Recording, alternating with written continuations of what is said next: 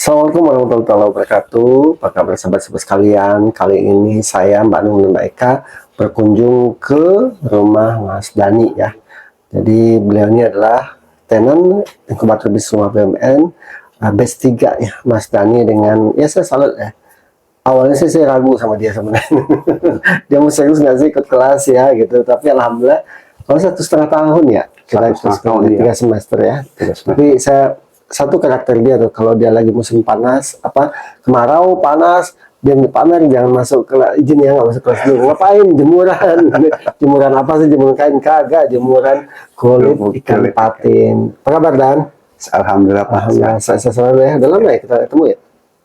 Ada 6 bulan sih Pak. 6 bulan ya. Pas terakhir tuh halal bihalal tuh pasti. Halal bihalal. Halal bihalal ya. Itu. Betul. Ya. Betul. Wisuda ya. Sudah. Ya, sama-sama sekalian. Sedani ini produknya nih ya, kerupuk kulit ikan patin ya. Kalau saya sih Dan penyuka ikan patinnya sebenarnya.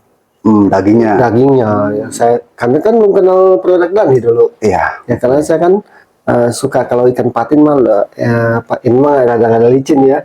Makanya itu di lemak, betul dan paling saya suka pas kemarin juga saya di Cijengkol tuh di Subang. Ada ini makan. Bukan Dan ini untuk semacam lembaga pemerintah PTD gitu untuk pengembangan ikan patin itu di Cijengkol. Budidaya gitu. Ya betul, jadi dia pembibitan tapi untuk belajar sih sebenarnya untuk belajarnya. Dan ini kalau bicara ikan kulit patin ini ide kamu kenapa sih? Ikan patin itu sesuatu yang begitu tinggal makan gitu, tapi kamu ambil kulitnya kenapa Dan? Awal ceritanya. Kalau boleh diceritakan sih amat panjang Pak. Jadi 1 menit. 1 menit. Udahlah kita inti-intinya aja Pak ya. Ya betul. Sebenarnya sih berawal dari kejenuhan kerja Pak dulu tuh. Saya kan kerja itu kan di luar kota Pak. Ya betul. Karena pulang itu kan seminggu sekali jarang. Jadi ketemu sama keluarga itu jarang. Betul betul. Nah saya itu berdoa kepada Allah, ya Allah tunjukkan jalan saya, rezeki saya, kira-kira yang bisa dekat dengan keluarga. Betul. Akhirnya hati saya itu dituntun Pak, ada yang menuntun lewat teman, tetap perantara lah gitu. Betul.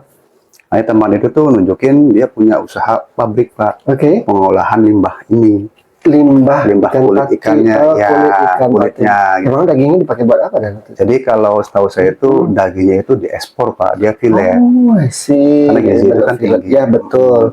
Limbahnya nggak kepake sama dia. Ya. Jadi kulitnya itu dia olah. Jadi dan saya lihat di situ tempat orang yang pengolah seperti saya itu berdekatan Pak ya, gitu ya, saling dengan pabrik dia. Itu banyak Pak, beberapa orang gitu. Jadi banyak.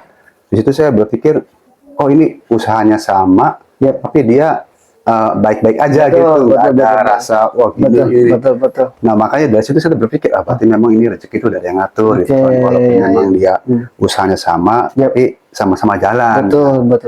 Dari situ tuh Pak saya tuh hati tuh akhirnya saya Bismillah belajar ya, sempat belajar juga sih itu kan, nggak sehari 2 hari Pak, seminggu saya nginep di situ. Hanya saya belajar gimana cara mengolahnya gitu kan, dengan baik, cara-cara bumbuinnya, gorengnya. Hanya dari situ saya beranikan diri tuh untuk resign tuh. Dan ini sambil masih bekerja. Jadi sambil kerja, pas pulang itu malamnya itu kita di situ ngobrol, sharing gitu kan. Pas awan-awannya kalau siang itu saya curi-curi kesempatan tuh, orang lapangan kan, cari setelah ruang kosong saya ke situ tuh ke dapur dia, ngeliatin gitu. Dan mereka ngizinin ya? Mereka ngizinin karena teman sih Pak, teman jauh dari sini. Di daerah sana Pak, Subang. Subang. Lumayan makanya. Oke. Jadi alhamdulillah waktu itu 2019 itu tanggal 18 November ya Dan ya. Dan dimulai sekarang ya alhamdulillah. Dan kalau bicara ini kita kan Dan itu di kelas inkubator bisnis kok kurang lebih 1,5 tahun. 1,5 tahun ya. Ilmu apa yang Dani dapatkan yang paling berkesan dan Dani manfaatkan sampai sekarang? Ya alhamdulillah Pak, sebenarnya kan saya usaha itu kan dari nol dan tidak mengerti apa-apa gitu kan. Betul. Tahu saya marketing gitu karena saya basicnya marketing. Cuman setelah ikut inkubator bisnis itu saya banyak mengenal Pak, dalam artian kayak semacam literasi keuangan, terus manajemen keuangan, dan itu saya ambil satu poin yang dulunya saya nggak tahu menjadi tahu Pak. Dari apa? pencatatan keuangan. Ya walaupun memang masih manual Pak. Iya, betul. Tapi itu sangat membantu Pak sebenarnya. Jadi kita bisa tahu kan. Betul. Kita nih kelemahannya di mana. Seperti Pak Mer bilang itu kan kita gimana kita mau maju jika kita tidak tahu kondisi keuangan kita. Iya, betul. Bocornya di mana. Betul. Dan ternyata setelah saya jalani itu, ternyata banyaknya dibocorin ke keluarga. Oh, sih. Iya, makanya sedikit saya benahi gitu kan, sambil berusaha itu Pak, alhamdulillah bisa ya jadi tahulah orang usaha itu bukan sekedar menjual sih, tapi harus tahu manajemen keuangannya karena itu fondasi. Menurut Pak Mer bilang itu kan itu fondasi dasar dan itu harus benar-benar diketahui betul untuk perkembangan kita bisa diinvestasikan ke alat, ya kan, terus diinvestasikan misalkan beli penambahan outlet, untuk aset outlet kita kan asetnya outlet Pak, semakin banyak tokonya kan kita mungkin akan semakin besar kan. Itu asetnya Dani. Iya, aset saya. Karena alhamdulillah sekarang tuh ada 30 lebih Pak. Serius? Iya. Alhamdulillah. Oleh sedikit gitu kan. Alhamdulillah. Jadi keuntungan saya tuh nggak dimakan buat ini semua, jadi jadi saya sisihkan ke toko minimal 1 bulan tuh 1 atau 2 toko saya nambah. Masya Allah, itu dari ikhtiar saya sih Pak, untuk menambah apa namanya aset. Dan kalau marketing gimana dan sekarang? Maksudnya online dan digital jalan kan? Alhamdulillah Pak di Shopee juga sebenarnya jalan, cuman karena Dani ngukur ke kemampuan produksi, jadi balik lagi Pak. Mengukur kemampuan produksi akhirnya, jadi kalau ada stok baru di on. Kalau misalkan nggak ada saya offin. Jadi mungkin secara algoritma nggak efektif ya Pak. Nggak dapat ya. Tapi alhamdulillah Pak ada aja yang nyakot satu gitu. Cuma nggak optimal. Nggak optimal. Saya baru sadar sahabat-sahabat karena Dani ini bisnisnya sangat tergantung dengan alam. Betul Pak. Ya kalau padahal Cirebon tuh panas ya dan ya. Tapi karena kondisi alamnya hujan, tiba-tiba hujan ya tadi pasti dan tanda kutip ya musuh terbesar dia itu adalah ketika hujan. Dan kalau supply aman dan bahan baku? Kalau untuk bahan baku sih pasti selama ini aman Pak. Aman ya. Karena ini kan ikan budidaya sih. Iya betul. Jadi bukan tanpa alasan saya memilih ikan patin, memang ada alasannya. Suplainya aman, terus kebetulan anak saya juga namanya Patin Pak. Oh, Masya Allah, Masya Allah. Dari situ kan. Masya Allah. Jadi Allah itu menunjukkan jalannya ini loh usaha. Betul. Dan alhamdulillah sampai sekarang saya nggak ada usaha lain Pak. Alhamdulillah, ya betul. Satu aja. Emang sih kenal Dani tadi itu kalau di bisnis prosesnya ya karena berhubungan cuaca Dani itu yang isu. Tapi kalau bahan baku sih aman. Dan kalau ada yang ngelibatin masyarakat sekitar nggak? Ada Pak. Tetangga jadi dan itu produksinya kan sebelum ini kan kita main di masyarakat bawah dulu Pak, yang jualan 1.000 kemasan kecil ya itu awalnya di situ Pak. Ada tetangga 2 orang ibu kan udah pada nganggur ibu bantu packing. Nah dulu saya waktu pertama sih masih megang, sekarang saya udah lepas Pak. Udahlah itu sudah mendingan saya nganu ini kalau ini bisa dikapas sendiri. Kalau ini Dani bisa sendiri sama kalau ini sendiri karena kan gampang sih pemuda. Yang goreng siapa? Saya Pak, tapi dibantu sama ada sih, enggak. Istri nggak kuat Pak. Karena kan yang jemurnya itu betul. Ada sih orang freelance juga ya. Jadi semacam borongan Pak. Kalau di saat kita butuh pakai bagus, sini tuh. Kita kasih gitu. Sahabat itu saya sih asli orangnya cuek banget dan saya tidak percaya awalnya, tapi ketika udah bicara tentang kerjaan atau kepada keluarga saya salut sama dia. Dan bagaimana saya itu kenapa saya ajak ke Dani dan dasar berpikir jadi entrepreneur uang.